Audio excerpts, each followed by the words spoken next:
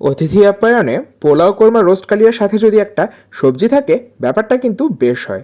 কিন্তু সেই এক চাইনিজ সবজি আর কত। অনেকেই আমরা বিয়েবাড়ির স্টাইলে সাদা সবজিটা করে থাকি, কিন্তু সেটাও একসময় একঘেয়ে লাগে। প্রিয় দর্শক, আমি আজকে আপনাদের জন্য বিয়েবাড়ির সবজিটা একটু অন্যভাবে নিয়ে এসেছি।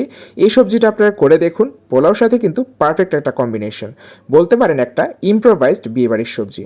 তাহলে চলুন আমরা এই অসাধারণ বিয়েবাড়ির সবজির রেসিপিতে চলে যাই। আমি এখানে 2 কাপ পরিমাণ পানি গরম করে নিয়েছি। সেই ফুটন্ত গরম পানিতে আমি দিয়ে দিচ্ছি পেঁপে। মাঝারি সাইজের একটা পেঁপে আমি এভাবে পাতলা স্লাইস করে দিয়ে দিলাম। 1 কাপ পরিমাণ বরবটি দিয়ে দিচ্ছি। বরবটিটা একটু বড় করে তির্যকভাবে কেটেছি, এতে করে বরবটিটা দেখতে সুন্দর হয়। মাঝারি সাইজের 2টো গাজরও পাতলা করে কেটে দিয়ে দিলাম, আর 1 কাপ পরিমাণ মিষ্টি কুমড়ো এভাবে টুকরো করে দিয়ে দিয়েছি। আপনারা এখানে যে কোনো ধরনের সবজি ব্যবহার করতে পারেন, শীতের সময় হলে তো কথাই নেই, পছন্দ মতন সবজি ব্যবহার করা যেতে পারে। এখন অপেক্ষা করছি পানিতে বলক উঠে আসা পর্যন্ত এবং সবজিটা অর্ধেক সেদ্ধ হয়ে আসার জন্য। প্রিয় দর্শক, কিছুক্ষণের মধ্যেই কিন্তু পানিতে বলক চলে এসেছে এবং দেখুন সবজির রঙটা পরিবর্তন হয়ে গিয়েছে, পেঁপেটা স্বচ্ছ হয়ে গিয়েছে। এই পর্যায়ে আমি পানি থেকে সবজিটা ছেঁকে উঠিয়ে নেব। বাবুর্চিগণ কিন্তু এই ছেঁকে নেওয়া পানিটা ফেলে দেয়, তবে আমি আজকে এই পানিটা ফেলবো না, কারণ এর মধ্যে এই সবজিগুলোর অধিকাংশ পুষ্টিগুণ রয়ে গিয়েছে। তাই এই পানিতে আমি রান্না করব, এতে করে পুষ্টিমানটাও বজায় থাকবে, আর ভেজিটেবল স্টক হওয়ার কারণে এর স্বাদটাও কিন্তু ভালো আসে। একটা পাত্রে পানিটুকু নিয়ে নিলাম। এর মধ্যে আমি এবার দিয়ে দিচ্ছি 1/4 কাপ গুঁড়ো দুধ, দিয়ে দিচ্ছি একটা ডিম। হ্যাঁ প্রিয় দর্শক, এই সবজিটাতে ডিম ব্যবহার করা হয়, আর এইখানে ডিমের কোনো গন্ধই হয় না যদি আমার পদ্ধতিতে আপনারা রান্না করে দেখেন। দিয়ে দিচ্ছি 2 টেবিল চামচ কর্নফ্লাওয়ার। কর্নফ্লাওয়ারটা বেশি দেবেন না, এতে করে কিন্তু সবজির মধ্যে একটা আটা আটা ভাব চলে আসে। 2 টেবিল চামচই যথেষ্ট। ডিম, কর্নফ্লাওয়ার এবং দুধ ভালোভাবে স্টকের সাথে মিশিয়ে নিচ্ছি। প্রিয় দর্শক, স্টকটা কিন্তু ঠান্ডা করে ডিমটা দিবেন, না হলে ডিম আবার সেদ্ধ হয়ে যাবে।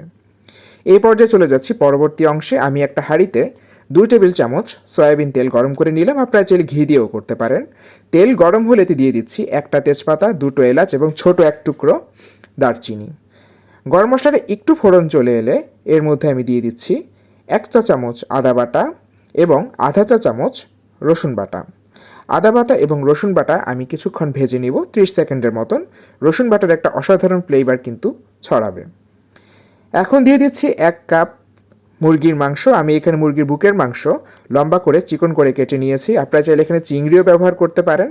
এই পর্যায়ে দিচ্ছি 1 টেবিল চামচ টমেটো সস, সুইট চিলি সসও কিন্তু দেওয়া যেতে পারে। 2 টেবিল চামচ বাদাম বাটা দিয়ে দিলাম। আমি এখানে কাঠবাদাম বাটা দিলাম, আপনারা চাইলে কাজু বাদাম বা চীনা বাদামও দিতে পারেন। স্বাদ অনুযায়ী লবণ দিয়ে দিচ্ছি, লবণটা পরে আবার চেখে দেখব। মুরগির মাংসটি একটু কষিয়ে নিচ্ছি, বাদাম বাটার কাঁচা ভাবটা চলে যাওয়া পর্যন্ত একটু নেড়ে চেড়ে নিচ্ছি। প্রিয় দর্শক, এই পর্যায়ে আমি দিয়ে দিচ্ছি পেঁয়াজ। আমি এখানে মাঝারি সাইজের 2টো পেঁয়াজ এভাবে চাকচাক করে কেটে দিলাম, আর পেঁয়াজটা কিন্তু গরমে কিছুক্ষণ পর ভাজে ভাজে খুলে আসবে। এখন দিয়ে দিচ্ছি সেই অর্ধসেদ্ধ করে রাখা সবজিগুলো। দেখুন সবজির রঙটা কতটা সুন্দর হয়েছে, একদম অসাধারণ একটা ব্রাইট কালারে চলে এসছে।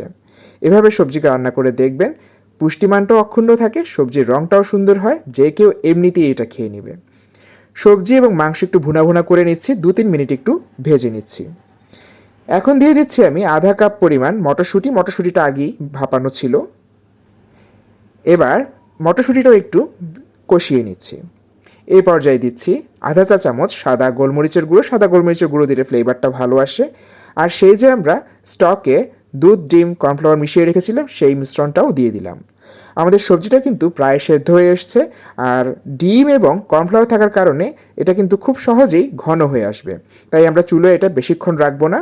সবজিগুলো কিন্তু সুসিদ্ধ থাকবে, কিন্তু মোটেই আমরা এটাকে গলিয়ে ফেলবো না, এতে করে খেতে ভালো লাগবে না। দেখুন সবজির রং কত সুন্দর রয়েছে, আর লবণটা চেখে দেখবেন। এই পর্যায়ে আমি 1 চা চামচ চিনি দিয়ে দিলাম। চিনি দিলে স্বাদটা ভালো আসে। 4-5টা আস্ত কাঁচামরিচ দিয়ে দিলাম, চিড়ে দিলাম না, কারণ এই রান্নাটা একটু মিষ্টি মিষ্টি হয়ে থাকে। 1 টেবিল চামচের মতন ঘি দিয়ে দিলাম। ঘিটা লাস্টে দিলে পুরো ফ্লেভারটা রান্নায় ছড়িয়ে যায়। প্রিয় দর্শক, আমাদের রান্না কিন্তু কাঙ্ক্ষিত ঘনত্বে চলে এসেছে। এর বেশি ঘন করলে ঠান্ডা হলে এটা থকথকে হয়ে যাবে, তাই এই পর্যায়ে আমি এটা সার্ভিং ডিশে দিয়ে দিচ্ছি। আর সার্ভ করার সময় এর উপরে পেঁয়াজ বেরেস্তা ছিটিয়ে দিবেন। পেঁয়াজ বেরেস্তা দিলে স্বাদটাও ভালো আসে, ঘ্রাণটাও খুব সুন্দর আসে। পোলাওর সাথে অসাধারণ একটা কম্বিনেশন এই সবজিটা। আর আমার রান্নাগুলো ভালো লাগলে রান্নাওয়ালার সাথেই থাকুন। সবাইকে অসংখ্য ধন্যবাদ। ভালো থাকুন সবাই।